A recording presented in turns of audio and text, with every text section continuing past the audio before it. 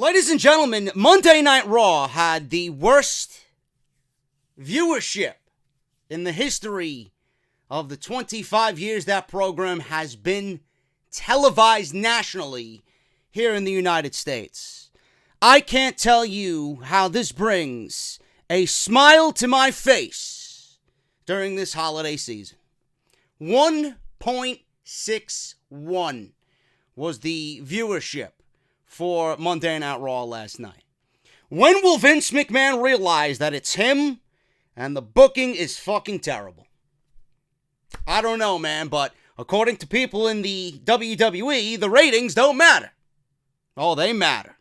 They look at the ratings, and when they go to Fox, let me see them try and pull a 1.61 and then tell the general public, well, the ratings don't matter. That is the only way. We've done literally everything we could to try and elicit change, to get people to listen, and they do not care.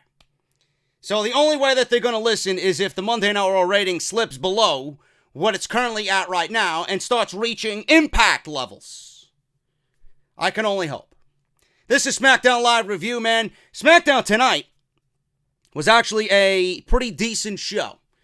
It definitely washed the bad taste out of my mouth from Monday Night Raw, and I'm assuming it did your guys' mouth as well. SmackDown was a pretty decent show tonight that built very nicely with the triple threat women's SmackDown Live TLC match for the women's championship. Becky Lynch, Charlotte, and Asuka making history in just 2 weeks, or a little under 2 weeks, with the first ever women's TLC match for the SmackDown Live Women's Championship. And overall, it was a good show, man. We seen the opening with the women, and Daniel Bryan is hitting his stride as a heel. And I knew this was going to be special. I knew to give Daniel Bryan the benefit of the doubt in this new role, and he is absolutely killing it right now as a heel. In just 3 weeks on SmackDown Live. This is fantastic work, man. We got the angry vegan, Mr. Daniel Bryan, talking about GMOs and people using plastic bottles and just treating the earth like shit. It's fantastic. And then we had Samoa Joe bartending. Asking Jeff Hardy if he wanted another round. I mean, all in all, that makes a good SmackDown Live. That makes a very good SmackDown Live, man. So we're going to go over everything. I don't think it's going to be like a Monday Night Raw review where there's going to be an excessive portion of this show that is all yelling and bitching and moaning. But SmackDown was a good show, and we're going to get into it, man. But before I do that, if you guys missed my Monday Night Raw review, please go and check it live on the channel right now. It is sitting at 30,000 views after just a nice 24-hour period. So thank you guys so very much for tuning into that. Almost, I think it's about 2,000 likes, a little over 2,000 likes. So if you guys want to go check out the Raw review, which I titled the second worst Monday Night Raw for a second week in a row in the history of that show, you guys can go check that out live on the channel right now. Also, I did not a WWE, but a Call of Duty premiere today on the channel. Almost an hour and a half of another Road to Prestige, man. Probably my best session yet solo. So if you guys want to go check that out, that is also linked in the annotation in the top right corner of your screen. I do want to mention this because I've sold a ton today with the nice plug that I gave it on the Monday Night Raw review, man. The holiday 2018 JD Club t-shirt is now available, sponsored by Bonfire.com. Now, if you guys were one of the ones who luckily got your hands on the Team JD design, which looked very similar, that I did many, many months ago. And then again, I did it for a special gold foil design. If you guys were one of the select few that actually jumped on that campaign and you were wondering, how can I get a version of this shirt? Now you can. The JD Club shirt for 2018, this holiday season, is now available, and you guys have 5 days left to go and get yours, and they are gone forever. So if you guys want to go get your shirt, man, we sold about 12 today, and I'm so excited about that, man. I would love to hit the goal of 50. We are halfway there. So if you guys want to go get yourself a JD Club t-shirt, man, the link will be pinned at the top of the comment section down below in the comments. Go and get it.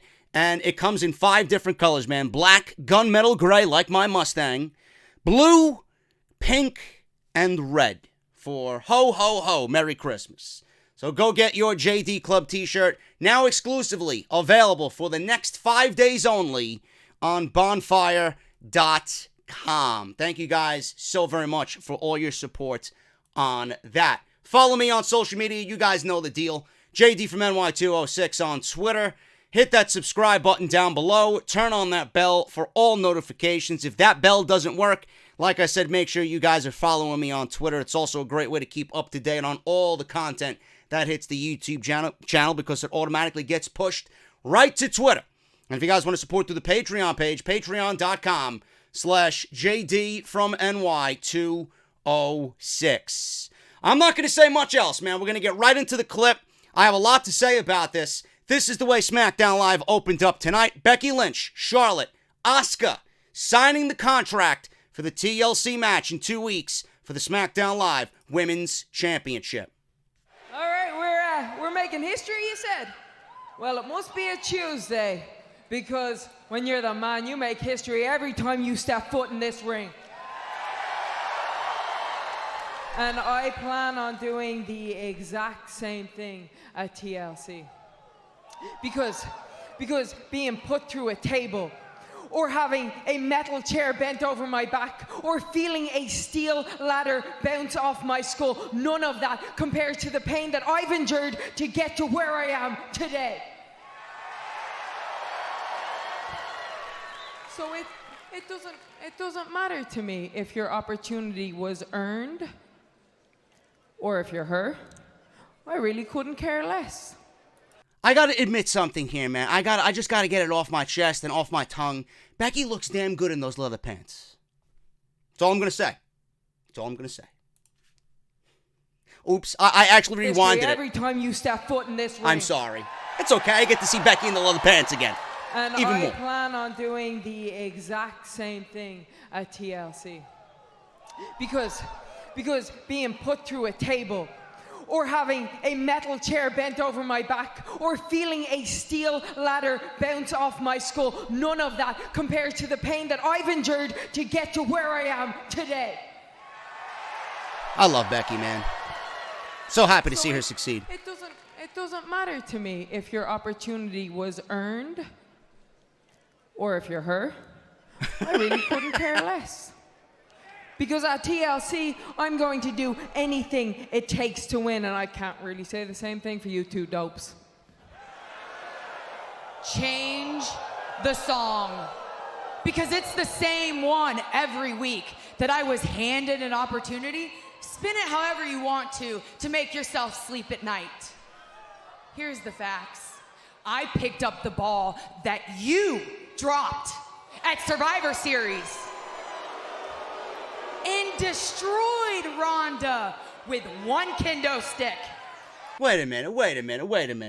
We have Charlotte now saying weeks ago before the Survivor Series that she fought with Becky, she fought against Becky, now she's fighting for Becky.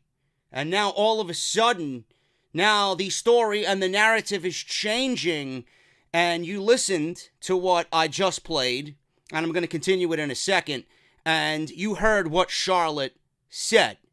That is complete opposite from where Charlotte was. Let me replay that again.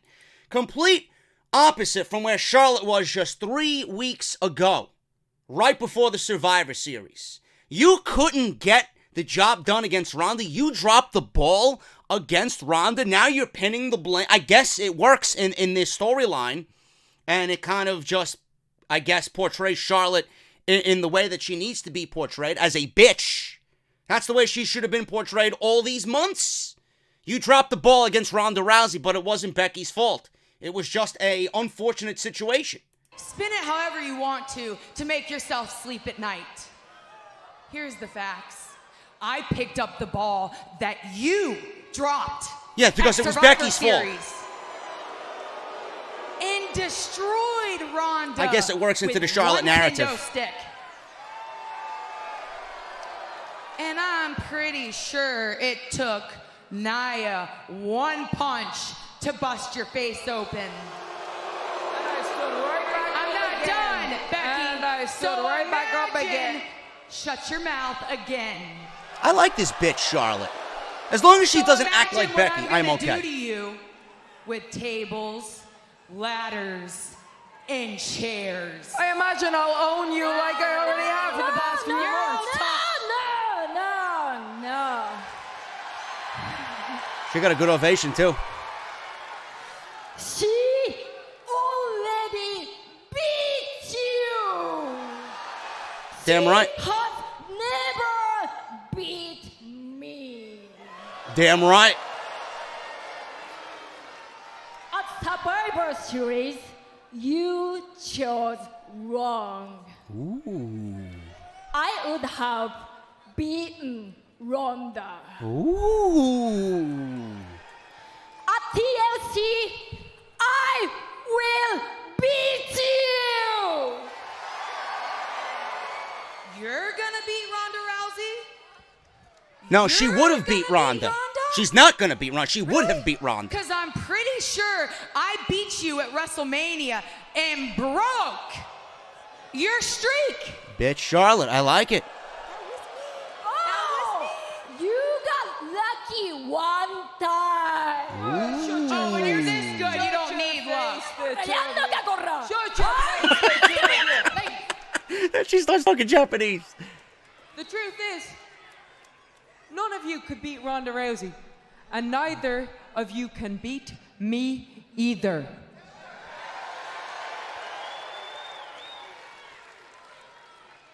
Becky signs the contract, walks away. Two chants of her name. So you're just gonna let your champ leave? All right, we'll let Becky leave because she's all talk these days anyways. Bye. Because I'm gonna beat her and I'm gonna beat you. Again. Woo! お前何回も勝てると思うねこの野郎 See? You Stop. see? How difficult I is it to portray already Asuka? shattered the mystique. Not at difficult. WrestleMania. So at TLC, I'm going to finish you. All right, ladies, back up, ladies. This has the makings of something really, really special, man. I love this opening segment. I thought this was, obviously, out of the two shows, the best thing on both shows for Monday and Tuesday. I loved the way that they made Asuka feel on equal level to Charlotte and Becky. Yes, you had Charlotte throwing the fact that she beat Asuka at WrestleMania. She took the championship. She beat the undefeated streak that Asuka had for over 900 days. That's all fine. That's all fine. Charlotte, as long as she stays the course like this, and she kind of, I guess, powers up when the moment calls for it, that's the way you need to book Charlotte. Bitch, Charlotte, I'm better than everybody. Look at me. Look at what I've accomplished. Fuck off. I'm better than you. It's simple. You don't need to book her like Becky. You don't need to have her go insane and fucking have a few screws loose in the attack like she did on Ronda Rousey at Survivor Series. This is the best I think I've seen Charlotte in the weeks where they tried so hard to figure out who she is. This is who she is. And then Asuka. Asuka, like I said, was portrayed to feel like equals to both Becky and Charlotte. That was the best Asuka sounded on the microphone, I think, since she's hit the main roster. It was simple. It was direct. It was something that she could easily grasp and handle. Her English is obviously getting a little bit better. And if it continues to get better, there's no reason why Asuka shouldn't be a prominent player for years to come. Week after week on SmackDown Live or Monday Night Raw, wherever she may be following the 2019, going into 2019. As we head into Fox and the deal in October. There should be no reason why she's not in a prominent role. I thought Asuka sounded great. Becky, it's very Becky-like to, talk shit, listen to what other people are saying, disagree with it, fuck you, sign the contract, I'll see you guys at TLC, and she leaves. So that was pretty much it, man. I love this opening segment to SmackDown Live. It did the job. It got me excited for the triple threat ladder match for the title. This is your main event for TLC in 2 weeks, folks. I don't want to hear anything else. Now, Daniel Bryan certainly made a case for that on SmackDown Live tonight in his post-match attack against AJ Styles. But honestly, that's, I would say, relatively fresh. This has been brewing for months. And you add the Nia Jackson, Ronda Rousey unpredictability, everybody being under the same roof on that same night, shit's gonna go down. This is your main event for TLC, and I am absolutely 100% confident in saying that. That's what I would do. If you got me sitting behind the desk with the pen and paper, how am I laying this pay-per-view out? That's your main event right there. Triple threat match, TLC, SmackDown Live Women's Championship. That's how you go off the air at TLC. This led to Mandy Rose and Sonya Deville coming out, and they want their opportunity. Sonya cuts a promo, says Asuka's Battle Royal win was a fluke last week, but she promises she won't get caught like that again. Rose says if Paige wants to see the fire and the desire, she's looking at it right here in both of them. So Rose then wonders what happens if Flair and Asuka don't make it to TLC. Is it going to be a situation where you find two people who are hungry enough to fill that spot with Becky Lynch, meaning that they want that spot instead of Asuka and Charlotte? So Paige says, listen, forget the idle threats.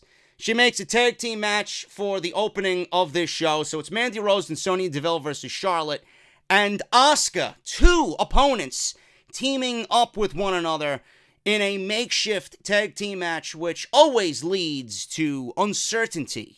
And in this instance, I actually liked it, man. Sonya Deville and Mandy Rose got a big win because of one mistake by Charlotte Flair. So Rose knocks Flair off the apron. Asuka pulls her to the floor. Flair turns around, kicks Asuka off the apron with a big boot, accidentally thinking it was Mandy Rose. And that's how Tom Phillips portrayed this entire situation on commentary. She accidentally booted Asuka thinking it was Mandy Rose. So Deville rolled up Flair, near fall 2 count. Asuka comes back in and intentionally, this was no accident, slides at Charlotte and nails her with a running knee. Sonya Deville takes advantage, gets the pin on Charlotte because of Asuka's intentional knee strike to cost her team the match. Sonya Deville and Mandy Rose win, and we have dissension now. It's another little layer of frustration on top of this cake for the SmackDown Live Women's Championship, man. Very, very good segment. Asuka looked and sounded great. I'm happy that they're actually putting some stock in Asuka. It wasn't that difficult now to make her feel equal to both Becky and Charlotte. She should have been there and she should have stayed there while Becky was coming up and Charlotte was already there as well. Now you got 3 women on the same level. That's going to make for intriguing story going into Royal Rumble season. I love it. I thought everybody sounded great. I thought everybody looked great. And the fact that WWE, for now, I'm giving them the benefit of the doubt. They're putting stock in Asuka. They're making us feel like they are caring about Asuka again. If they show they care about Asuka, then the fans were always wanting to care about Asuka. It's not going to be too difficult to get those fans to get behind Asuka relatively quickly. So I loved it. I thought it was a great segment. Xavier Woods, Mr. Wrestling fans are nothing but entitled infants, Mr. Woods. Yes, because we can't complain about what we see on television. It's all about the wrestling. How can people complain when we're going out there and breaking our bodies? What's the difference, he says, between NXT and what you see on the main roster? Oh, Mr. Woods. Oh, Mr. Woods. You may have a PhD, Mr. Woods. But I don't think Brad Maddox would come up with such a stupid fucking response. Give me a break. There is a clear, obvious difference from NXT to the main roster. We appreciate, as fans, the level of fucking work that you guys do in and out of the ring on a nightly basis. It has absolutely nothing to do with that. It has everything to do with the simple fact that the fucking shows are booked terribly. It's the simple fact that the creative teams are fucking garbage. And clearly, the people watching the show, or I should say the people who aren't watching the show, feel the same way. It's not the same, Mr. Woods. 1.61 hardly speaks the same. So maybe you should go back and think of a better excuse to give the fans instead of shitting on the people that come out to see you perform. We have every right to fucking say the show sucks. I'm going to use this as an example. Mark Wohlers blew the 1996 World Series. It was in every fucking right of mine to come on any fucking social media platform at the time, or fucking text my friends, or fucking give a report to a newspaper if they ask me what I thought of the game. Mark Wohlers fucking sucks. I said that from day one. If I was the man in charge after that World Series, he would have been fucking terminated after that game. All I needed to see was Jim Leyritz hit a fucking triple. Or Jim Leyritz hit a home run. I'm sorry, I'm thinking ahead. Hit that home run. That was all I needed. Done. But we can't complain though, right? We can't complain though. Or if your favorite baseball closer is going, I mentioned this analogy many, many times, going down the stretch and they're only up for the division 2 games with 4 games left to go, and you bring in the same closer 4 times in a row and he blows every fucking game and your team doesn't win the division and they don't make the playoffs. Are you going to sit there and say, yeah, man, we'll get him next year. Don't worry about it. You did a good job this season. Or are you going to say, listen, man, this guy fucking blows. Well, we can't complain about his performance? Give me a fucking break. Mr. Woods. Fans are entitled infants. Mr. Woods. He had a good match tonight. But that's not the case here. I've been proclaiming Xavier Woods is the one guy in the New Day that people don't talk about. He's the one guy in the New Day that I actually want to see more of. You know, people talk about Big E. People talk about Kofi being breakout stars in the New Day. I honestly think Xavier Woods is more talented than both of them. And he's the one who I think would be a great breakout star if he was on his own. I've always spoke highly of Xavier Woods. But not when he says shit like that. That was a typical WWE shill-like answer. So he had a triple threat match with Cesaro and Jey Uso, man. This was a damn good match. But any match with the Usos and the New Day is going to be very, very good. And then you add the Bar, and in this case, Cesaro, and you have the makings of a very, very, very, very good dynamic. There was an instance in this match, and, you know, a lot of people have been claiming Cesaro is underutilized and he should be pushed to a major title situation somewhere in the near future, or at least once in his WWE career. But I always thought back to why people said that. I could see why, but I always think back as to what's holding him back.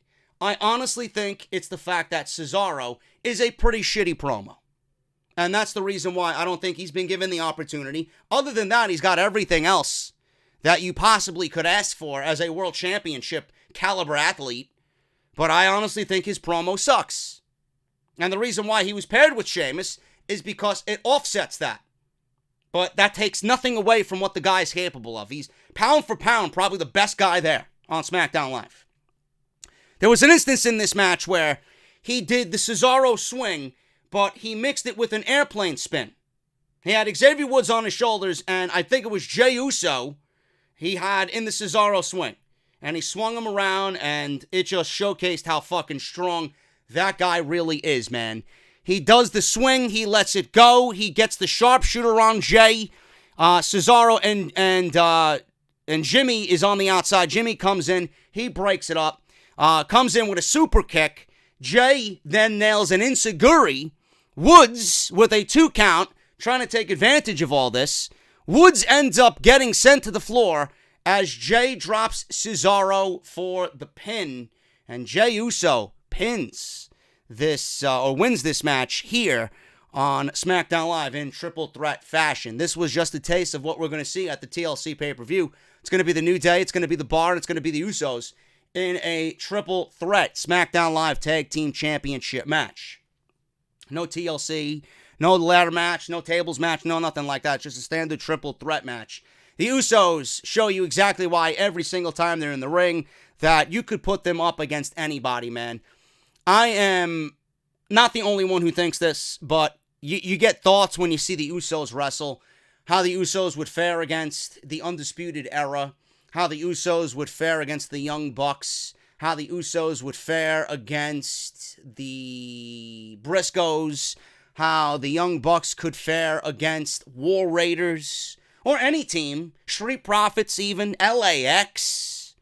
I'm huge on Santana and Ortiz, the Impact Tag Team Champions, because they work for House of Glory as well. So I know those guys very well.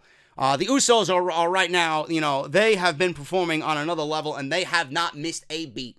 They are fantastic. But this is the same issue that we have every single week on Raw as well. The show revolves around 3 teams. When is WWE going to put stock into other teams? Imagine if you get 2 or 3 other teams on the same level as the Usos. Imagine that. Wouldn't that be something to behold on SmackDown Live? Instead of 3 teams, we'll have 4 or 5 competitive teams in the tag team division. You guys got to start utilizing the talent that you're not utilizing right now. You have a ton of talent right now that you're not using. Why was Insanity brought up to the main roster with some sort of plan or agenda or initiative? Why? I truly don't understand that, especially a guy like Killian Dane, who you look at, and he could be a guy like you're building up Lars Sullivan. He could be that type of guy for you as part of Sanity on SmackDown Live.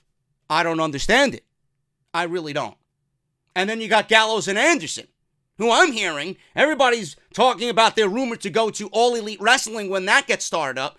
Gallows and Anderson are stuck with the WWE till about October. Anywhere between August, September, and October is when their contract is up. They're with the WWE till the fall of 2019. They aren't going anywhere. And I doubt they'll be used on SmackDown Live at all going into the new year. I don't understand why you have these teams. The Colognes, they're irrelevant. They're worthless. I don't even know why they have a job. They couldn't get over. Every single time you tried to push them with whatever gimmick, Los Matadores, the Shining Stars, the Colognes, they never got over. They're just bland, they're boring. That's a team better off going to the indies and developing some fucking character for themselves and getting over through work rate and then maybe giving another go in WWE. But there's no reason why you got the Club, who are and can be over, and you got Sanity waiting, doing nothing. There's no reason why you can't have a competitive tag team division, and just like Becky and Charlotte, and hopefully Asuka, you have women who are the standard bearers for their division, and everybody else should be at that level. And you should be building characters to achieve that type of level. Do it. And then maybe promote a team or 2 from NXT. Maybe a team goes to SmackDown Live. Maybe a couple teams go to Monday Night Raw, because God knows they fucking need teams. It's not that difficult. Or you could do what I have been requesting they do for the last 2 years. Merge the divisions, and you wouldn't have this fucking problem. Because they seem to be breaking away teams left and right on Monday Night Raw. And their tag team champions right now are nothing but bathroom humor. So you might as well just merge the divisions. Because it's happening with the women. The women are getting tag team championships. You're going to be seeing Sasha and Bayley on SmackDown Live competing against Mandy Rose and Sonya Deville. It's going to happen. It's going to happen. And if you have rotating women's tag team champions, there's no reason why you can't do the same for the men. That's the only logical way for this to fix itself. If you don't want to call teams up and disband your tag team division in NXT, this is what you need to do. Simple solution. I should not be looking at the same 3 teams every week when you have other teams on this show ready, willing, and fucking able to go right now. I guarantee you, if you ask all 5 members of those 2 teams if they are happy with where they are right now, the answer is a resounding no. Get them out of catering and get them on television. You should be ashamed of yourself for having so much talent and not caring to use it whatsoever. Kayla Braxton is with Lana backstage and Rusev. She shows us how Rusev versus Shinsuke never happened last week because Nakamura attacked Rusev before the match. Rusev says Nakamura attacked him because he's terrified of him. You know what I'm terrified of, Rusev? Monday Night Raw. Between the hours of 8 and 11 p.m. on the USA Network. Many things in this world come in all shapes, sizes, and forms. Monday Night Raw is a beast that I think everybody is trembling at the sight of. So, Rusev brags on how he is in shape, and he did his best Hulk Hogan impression or impersonation. He didn't really do an impersonation, but he was talking about, he was showing his guns off. He was showing how big his muscles were. Says he's not hungry. I'm not hungry for a whole chicken or yogurt or cheese. I guess he just came from fucking catering because that's what Titus had laid out, apparently. It stayed fresh in his mind. That's why he mentioned those items. It was fried chicken. Some of it was grilled because, the fried stuff isn't really good for you. He had a plethora of cheeses, and he had Greek low-fat yogurt. I believe he had the blueberry, banana option, strawberry, and then he had just regular vanilla. This is what I'm hearing from my sources. Please, this is what I was told. So, he mentions he's hungry for the United States Championship. Nakamura is holding on to the title like a little boy with a toy. Just like Vince McMahon is holding on to the pen of Monday Night Raw, and the show continues to fucking get worse and worse every week. Give up the fucking pen, Vince. Please. All you gotta do is call me. I'll be right over. Rusev goes on and says Nakamura won't be able to avoid him the next time he gets his hands on him. Rusev says he will feast on Nakamura during the best holiday of them all. One guess on what that holiday is. Rusev Day. Apparently we're getting another Randy Orton versus Jeff Hardy match. I don't know why. Mr. Dog, D-O-double-G, I respectfully tweeted you tonight. I didn't get a response. I kindly asked you, what happened to Andrade Cien Almas? Why can't we get Andrade Cien Almas on television? The guy is a match of the year machine, and oh my God, JD's an Andrade Cien Almas mark, man. Or you get the other people who don't like my, goon impersonation, who's like, oh man, JD, you're an Almas dick rider. Excuse me if I like good wrestling, or wrestlers who actually know how to wrestle, or wrestlers that are being underutilized and kept in the back for whatever reason, not showcased on television. I asked Road Dogg kindly, match of the year machine, right? Can give you a 5-star classic whenever he wants, underutilized and neglected, and he had one of the best matches this year, in January, that I think I've ever seen.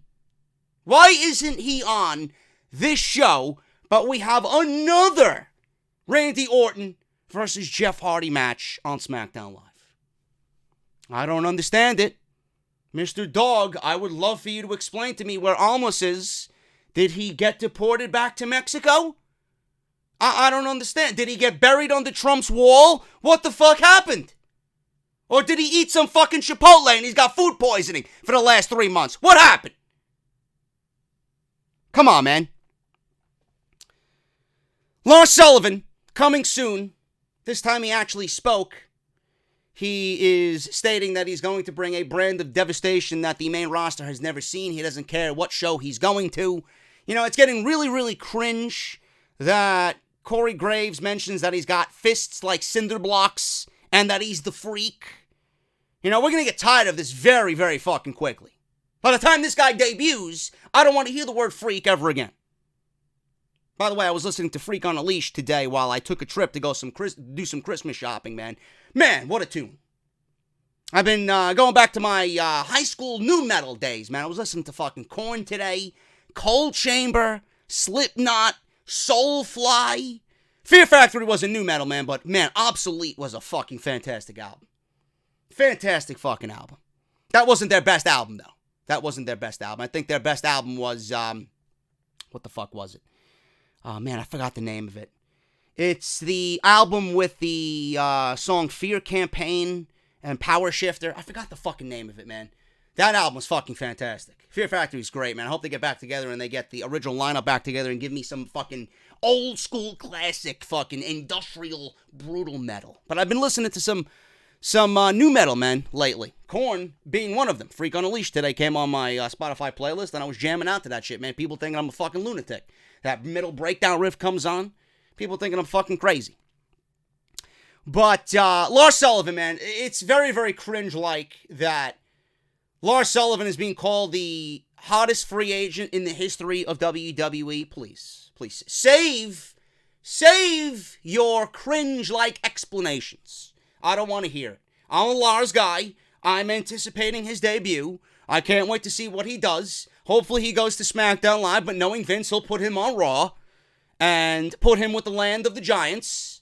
But I don't want to hear that he's the hottest free agent in the history of WWE.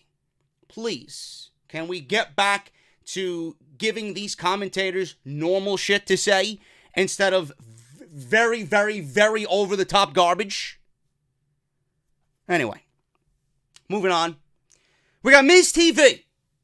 Miz TV. Do I have this clip? I have to go on YouTube. Give me 1 second, man. I have to go on YouTube to see if this Daniel Bryan clip is on YouTube. I have to play this promo because Daniel Bryan was fucking fantastic today on SmackDown Live on Miz TV. This was definitely one of the highlights of the show, and Daniel Bryan is absolutely killing it right now on SmackDown Live as a heel. So if I could find it, is it here? Is it here? Is it here? No, it's not here. They didn't upload it yet. But I will go over exactly what he said, man, the best I can. So Daniel Bryan's on Miz TV, and we have... let me see. Am I in the right spot? Yes, I am. I'm sorry, I lost my spot. Daniel Bryan's on Miz TV, and Miz here is welcoming everybody. Immediately, before he even asks Daniel Bryan to come on out, Carmella and R-Truth stop the Miz and stop the show for a 7-second dance break. I don't know why, but it's not funny anymore. Vince, you killed it. You may enjoy it, but you killed it. I don't find it entertaining, and I don't find it funny anymore. We can stop it. So, Daniel Bryan comes out, and he sits down next to The Miz. He's sitting with the WWE Championship, and immediately we see one thing that is off about this entire thing. Daniel Bryan doesn't have side plates on his title. There's no side plates. People are wondering what's going on. People are already speculating he's losing the title to Styles. That's why I didn't give him side plates. Whatever the case may be, Daniel Bryan did not have side plates. So Miz says Bryan finally realized that he's been right all along. Bryan talks about how he wasn't that smart before because he cared what the fans thought. Heel. So Bryan says he no longer cares about the fans anymore. Heel. Bryan goes on and says the fans are all sheep. Heel. This is not being omitted from YouTube. This is not WWE backtracking on Becky Lynch. They had Becky shit on the fans and then they conveniently left out the portion of that segment on YouTube where she shit on the fans because Becky was supposed to be a heel and they realized that they were fucking up. And she never crossed that boundary ever again. And I still get people telling me today that she was a heel and that she still is a heel. No, she's not. She never was and she never will be. So cut the shit. Daniel Bryan, on the other hand, she was a heel. She was never a heel. Daniel Bryan is a heel. There's a clear, obvious difference. So, Bryan goes on and says the fans are all sheep. He talks about how the new Daniel Bryan, being much more dangerous, is going to be a reality. Bryan ends up lashing out at the fans for how they destroy the environment and how they contribute to the climate change every single day. Bryan says if you want to talk about sins, and this is where Daniel Bryan made a lot of people open their eyes. He's yelling at the Miz into the microphone because Miz says, well, you kicked AJ Styles in the balls, to win the WWE Championship. You want to talk about sins, Daniel Bryan says.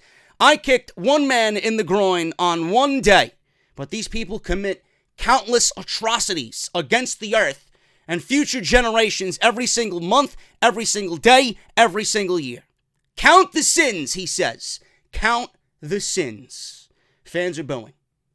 And here I am on my couch, and I'm watching them. That is what we need to see. That has taken the, I don't know if I should cheer Daniel Bryan, or I don't know if I should boo Daniel Bryan to, yeah, we're going to boo Daniel Bryan. There's not going to be any more cheers for Daniel Bryan. They even got rid of the yes shit on the Titantron. They just gave you Daniel Bryan with his new logo, DB. There's no more yes. There's no more none of this. It's all gone. Beautiful. Did the same thing with Becky Lynch. All those gears.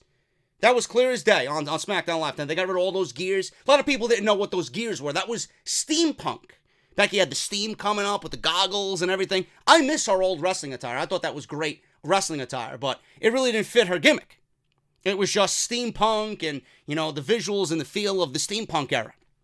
And now they got rid of that. I am the man with a silhouette of Becky holding the championship up. Simple. That's what you got to do. People are also calling for her to change her theme. I don't know about all that, because she's still a babyface. Why would you take that babyface theme away from her?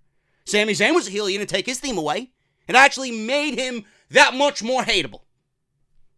So leave it the way it is. It's working. Don't change or don't fix what's not broken. So Miz doesn't want to hear it. He asks Bryan to answer one thing. Did he become the WWE champion because he listened to what The Miz had said? Yes or no? Fans are breaking out in yes and no chances yes and no chance at this point. Bryan says yes, no, yes, no, yes, no, yes, no, yes, no, yes, no, on and on and on. It does not matter, Bryan says. He says the only thing that matters is that the old Daniel Bryan is dead, and the yes movement with these logos. And he takes the side plates and throws them down on the ground.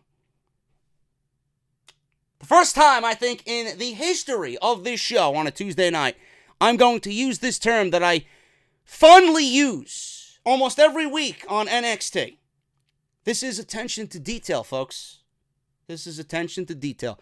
Why doesn't Daniel Bryan have side plates? There you go. Your answer was in Daniel Bryan's hands, and that was thrown right down to the ground, and it officially killed the old Daniel Bryan. Because the old plates had yes, yes, yes. The yes movement is now dead, and Daniel Bryan is signifying that down below. That is it. It's all over.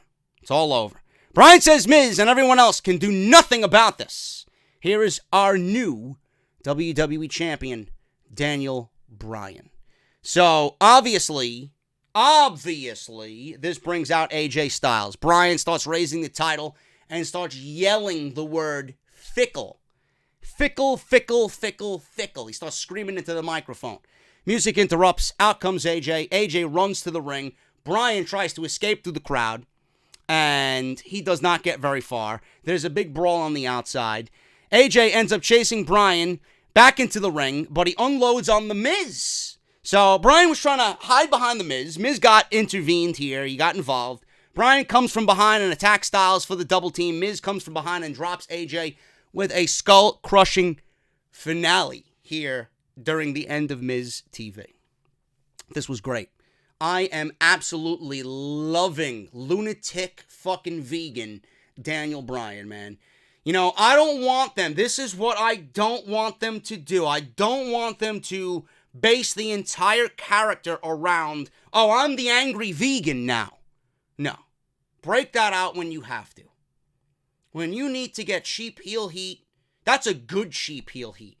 Let fans hate you for your actions. And if you want to shit on them and add fuel to the fire, then that's when you break that out. I don't want the whole basis of his character to be around, oh, I'm vegan and I'm going to complain about the environment and I'm going to mention how GMOs are bad for you and how many fucking fatty acids I'm having during the day or how much cholesterol I'm having during... No, we don't need that. You break that out when you want to shit on the fans because they already hate you. So, again, you just throw them a little zinger. That's what you need to do. Don't revolve that around the entire Daniel Bryan character. This was perfect tonight. And I love the new Daniel Bryan. If there was any more of a reason to boo this guy, I'm going to cheer him because that's who I am. I'm a natural villain. I love a natural villain. But it goes to show you that, A, WWE is, and Daniel Bryan, by the way, this is all his idea. He is 100% in this villain role.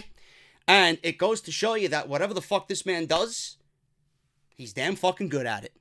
Daniel Bryan is brilliant. Loved it. Absolutely loved it.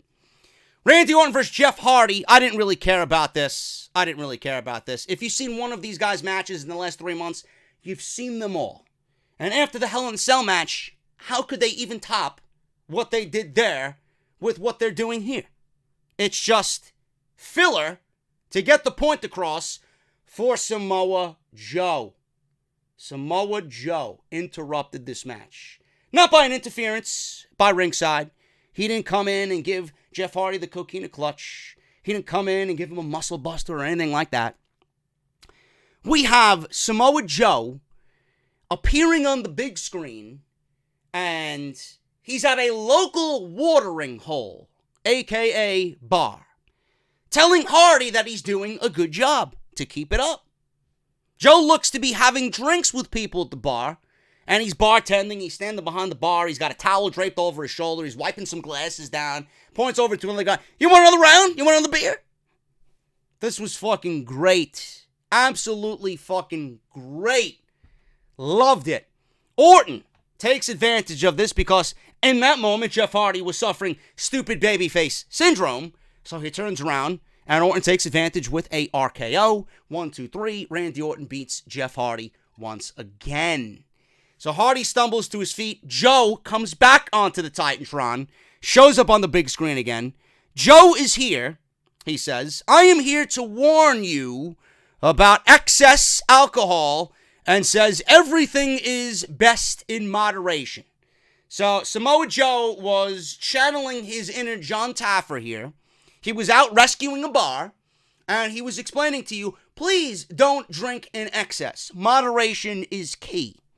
More mind games with Hardy. He's pouring a beer. Joe says the choice is clear. Choose to drink responsibly.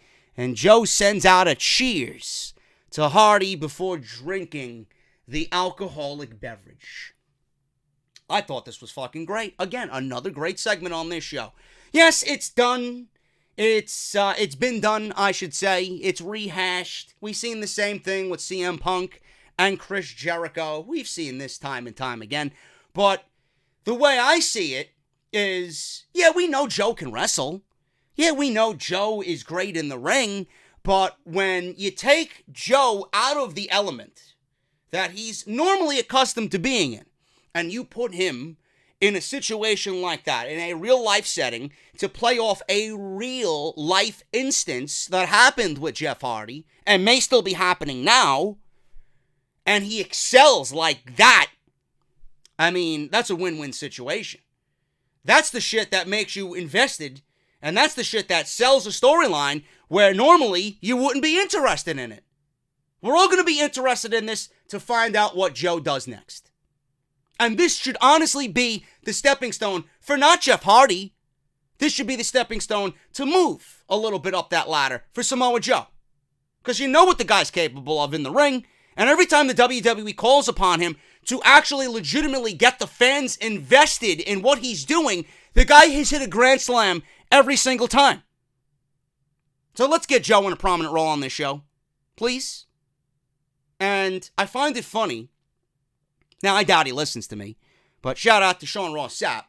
I doubt he listens to me, but he mentioned something very intriguing, and you know, if you listen to me here, what I've pitched as far as a new stable on this show. I would have Samoa Joe, Randy Orton, and Andrade Cien Almas form a new version of the Main Event Mafia or a new evolution of some sort. He mentioned something on social media, on Twitter tonight. He's like, imagine a psychotic tag team of Samoa Joe and Randy Orton running rampant on SmackDown Live. And I'm like, great minds think alike. Great minds think alike. I love it. But Joe is fantastic. Joe is fantastic, man. Taking him out of his element, and he's excelling like this. Man, the guy's everything you need. Let's get behind him. AJ Styles versus The Miz. This was okay. This was pretty much there to get you to the ending of this match. So AJ, he avoids a few kicks and tosses The Miz out of the ring to the floor. AJ launches himself over the top rope for a phenomenal forearm or a mini phenomenal forearm smash to the floor. Bryan gets up and slowly starts approaching AJ because Bryan's on commentary. Now, Bryan was chased out of the arena, or he left the arena, and then he came back to the arena earlier in the show, and they asked him, you said you were leaving the arena, so what are you doing here? And then he mentioned, everything I do, there's a reason and a purpose behind it. I'm going to go sit out by commentary. So Daniel Bryan's looking a little, he's looking a little crazy. Batshit crazy is Daniel Bryan. So Bryan offers a handshake to AJ Styles. Mind games now, on top of what Daniel Bryan has already done. Miz comes from behind, taking advantage of the distraction, drops AJ. Miz brings AJ back into the ring and drops him with a skull-crushing finale. AJ kicks out at 2. Miz and Bryan cannot believe AJ did not lose this match off that move. So Miz working on the legs. AJ blocks a figure 4 attempt, sends Miz into the ring post, shoulder first. And Bryan goes for AJ while the referee's checking on the Miz. AJ levels Bryan with a right hand, sends him back. This leads to AJ countering the Miz and rolling him up into the calf crusher, and Miz taps out for the finish. After the match, AJ is celebrating in the ring. Bryan gets up, enters the ring. He chop blocks AJ Styles, takes the knee out. Bryan then drags AJ to the corner, repeatedly slams his knee into the ring post, old school style. He then pulls AJ out, sends him face first into the ring post, then slams AJ's face into the announce table, mocking him. Bryan rolls AJ back into the ring, stalking him in the corner. AJ can't get to his feet. Bryan takes the knee out again from behind. Bryan applies the heel hook submission, and AJ screams in pain. Referees trying to break this up. More referees come from the back. The hold is finally broken. Bryan stands tall. Crowd is booing Daniel Bryan now. So Bryan then gets back into the ring. He goes over to Greg Hamilton, takes the title, goes back into the ring, and starts wailing away on AJ Styles again. So the second time referees pull these guys apart, he takes the title, goes onto the announce table, and holds the title in the air and starts yelling, "Fickle, fickle, fickle." So that was it. Man, I'm loving Daniel Bryan. They got you invested in what he's doing, and the match with AJ now has a lot more going into it than what we've seen previously, and I love that, man. And that's all because of Daniel Bryan. I'm loving everything he's doing right now. You got Samoa Joe giving you an Academy Award performance, tonight with his little shtick behind the bar to Jeff Hardy, Asuka, Charlotte, and Becky. Self-explanatory. Usos, The Bar, and The New Day. One member of each team had a great triple threat match tonight, man. SmackDown Live was a good show tonight. Can't say anything overly terrible on this show. Can't say anything overly terrible about this show. It was a good showing tonight. They built towards TLC nicely in all the major matches that they have, and that's all we can ask for. They usually pull these shows out of the hat every once in a while, every now and then. But tonight was a good show. Can't really say anything more than that, man. I'm getting out of here.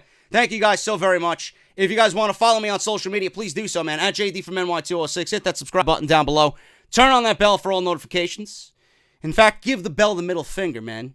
Patreon.com/JD from NY206. And please go and get your JD Club t-shirts, man.